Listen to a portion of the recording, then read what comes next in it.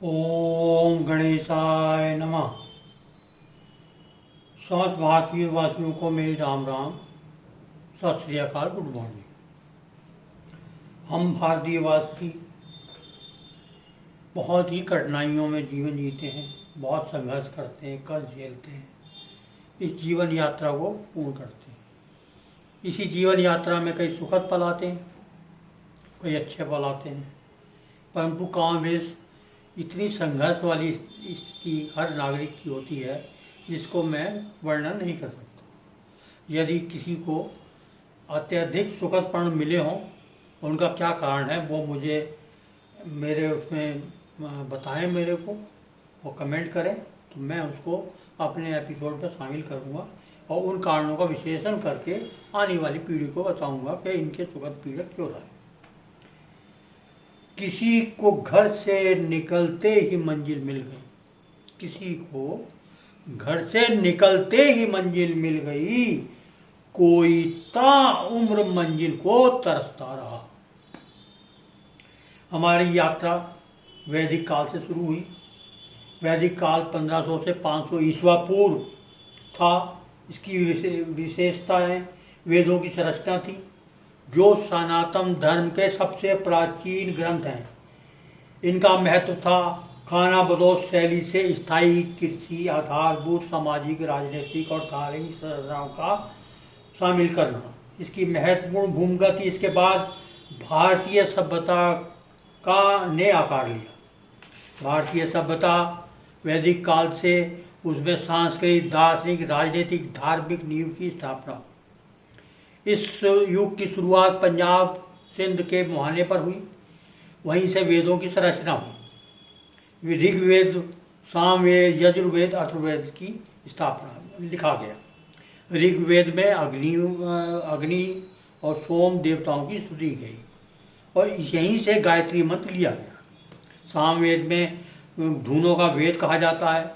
यजुर्वेद को कृष्ण और शुक्ल पक्ष में विभाजित किया गया, जिसमें अनुष्ठान संबंधी निर्देश शामिल थे। अर्थवेद में उपचार का बताया गया, बुराई को से सुरक्षा बताया गया और कैसे हम प्रॉस्पेरिटी सुनिश्चित कर सकते हैं इसका वर्णन किया। ये तो हमारा था भूतकाल। इसके आगे का भूतकाल में अगले एपिसोड में आपको बताऊं। अब मैं आता हूं वर्तमान में। वर्तमान में आप प्रतिदिन न्यूज चैनल को देखते हैं और बड़ी संख्या में बुद्धिजीवी, पढ़े लिखे, विलेज वाले सब लोग देखते हैं। कई रील्स भी बनती हैं, उसमें चर्चाएं भी होती हैं। इस चर्चा में वरिष्ठ पत्रकार शामिल होते हैं, विभिन्न राजनीतिक पार्टियों के प्रवक्ता शामिल होते हैं, वो भाग लेते हैं। और कोई वरिष्ठ पत्रकार भी होते हैं, अपने आप को कहते हैं कि हम विश्लेषक भी हैं। अब इन दोनों पक्ष में एक तो इधर की कहता है और एक उधर की कहता है। अब मैं आपको इधर और उधर की बताता हूं और फिर जो हमारे मन की है मैं उसकी बताऊंगा कि हमें आने वाला समाज कैसे चाहिए, उसमें क्या होना चाहिए था, जो ये वार्तालाप कर रहे हैं। अब इन्होंने आरएसएस संगठन पर विपक्ष ने बोला। विपक्ष ने कहा कि आरएसएस ने स्वतंत्रता आंदोलन में भाग नहीं लिया था, क्योंकि आरएसएस की स्थापना दिवस चल रहा था, 100वां वर्ष, उस पर बहस हो रही थी। अब उस पर सवालिया निशान लगाया। दूसरा, इन्होंने कहा कि अंग्रेजों सरकार के दलाल थे। इनका आरएसएस का स्वतंत्रता आंदोलन में कोई भाग नहीं था। आरएसएस को फिर इन्होंने महात्मा गांधी की हत्या से भी जोड़ के देखा और उसका विश्लेषण किया। इन्होंने कहा कि आरएसएस ने अपने कार्यालय में कभी झंडा देश का नहीं फहराया। ये तंज इधर वाले कर रहे थे।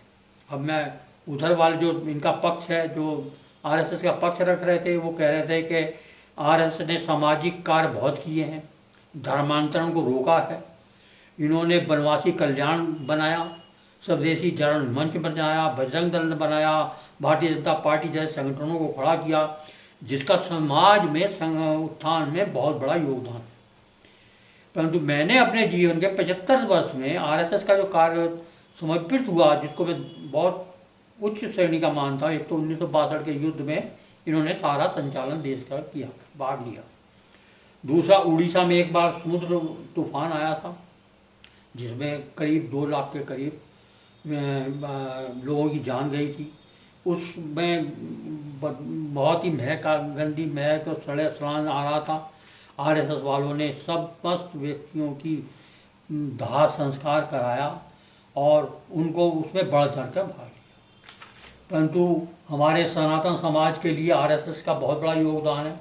अब मैं आरएसएस से एक सनातनी होने के नाते, आप लोग भी एक सनातनी होने के नाते, मैं इनसे निवेदन करूंगा कि जो कार्य मुगल अंग्रेज नहीं कर पाए, अब वो कार्य हमारे समाज के विघटन से हो रहा है। उस विघटन को रोकने के लिए इस आरएसएस को एक कर्मठ कार्य करना चाहिए।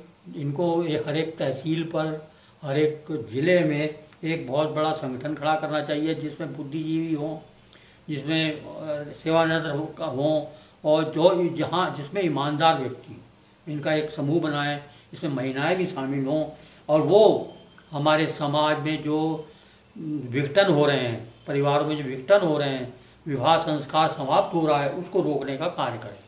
यदि आपने इस विघटन को नहीं रोका, इस सामाजिक बुराई को नहीं रोका, तो आने वाले समय में ये पीढ़ियां विवाह संस्कार से दूर हो जाएंगी। और ये विवाह संस्कार हमारे सनातनियों के लिए एक बहुत बड़ा संस्कार है, जिससे हम नई पीढ़ी को जन्म देते हैं और इस देश को आगे बढ़ाते हैं। यदि इसको नहीं रोका गया तो आने वाला समय जो होगा वो बहुत भयानक होगा, इसकी हम कल्पना भी नहीं कर सकते। ये मैं आपको इस पे आरएसएस के लिए एक राय दे रहा हूँ, आगे माने या ना माने आप लोग निवेदन कर सकते। अब मैं भविष्य पे आता हूँ। अब भविष्य जो है हमारा कैसा होगा, आप कल्पना कीजिए कि आज से 50 वर्ष बाद मैं आपसे कहूँ कि हम हिंदू और सिख, हिंदू में समस्त जातियां विभाजित हैं, को इस देश से खदेड़ा जाएगा और हमको कैंपों में रखा जाएगा। आपको ये बात सुन के मजाक लगेगा, कहेगा अजीब पागल आदमी क्या राय दे रहा है हमको। परंतु यही बात जब 1920 में पंजाब में, बंगाल में सिखों, हिंदुओं, बंगालियों को कही जाती थी कि आपको खदेड़ा जाएगा, आपको 27 साल बाद कंगाल होकर शरणार्थी शिविरों में रहेंगे। तो ये उस समय कहते थे कि सिरफराह कैसी बात कर रहा है, इनको इसको क्या दिखाई दे रहा है। परंतु 1947 में ये हुआ। अब वो व्यक्ति जो इनको कह रहा था वो इनको मतलब दिखाई नहीं दिया, परंतु ये अपनी परेशानियों में पड़ गए और ये भूल गए कि किसी ने ये समझाया था।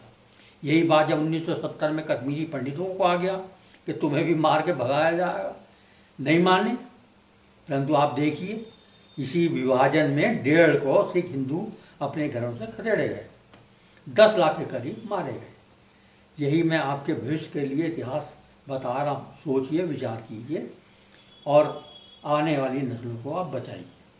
यही मेरा निवेदन है।